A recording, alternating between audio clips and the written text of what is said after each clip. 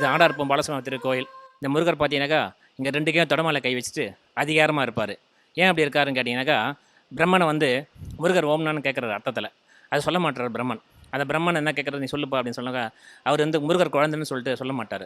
அந்த அகந்தி அழிக்கிறார். யார் எது கேட்டாலும் பதில் சொல்லணும். அந்த அகந்தி அழித்து பிரம்மனை தன்னை இடது கையாலேயே குட்டி சிறை வைக்கிறாரு. இங்கே பார்த்தீங்கன்னாக்கா அதனால தான் இங்கே வந்து 2 கையும் தொடமலை கை வச்சுருக்காரு. இதுக்கு அடுத்த ஸ்தலம் பார்த்தீங்கன்னா, அவர் முருகர் காலையில் பாலகனாகவும் மத்தியானம் வாலிபமாகவும் சாயந்தரம் வயோதிகமாகவும் இருப்பார். அதுதான் இங்கே மிகவும் சிறப்பு. இங்கே அருகடல் பாடப்பட்ட ஸ்தலம் இது.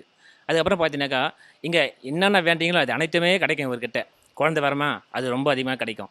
கல்யாணம் ஆகணுமா அதுவும் கிடைக்கும். நல்ல அதிகாரம் இருக்கிறதுனால அதிகார பதவி, உங்களுக்கு எந்த அதிகார பதவி வேணாலும் கேட்கணும். ஆனால் இவர்கிட்ட வந்து நீங்கள் அதிகாரம் பண்ணக்கூடாது.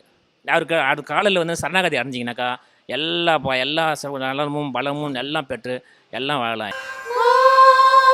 षण्मुख गुहने नमः।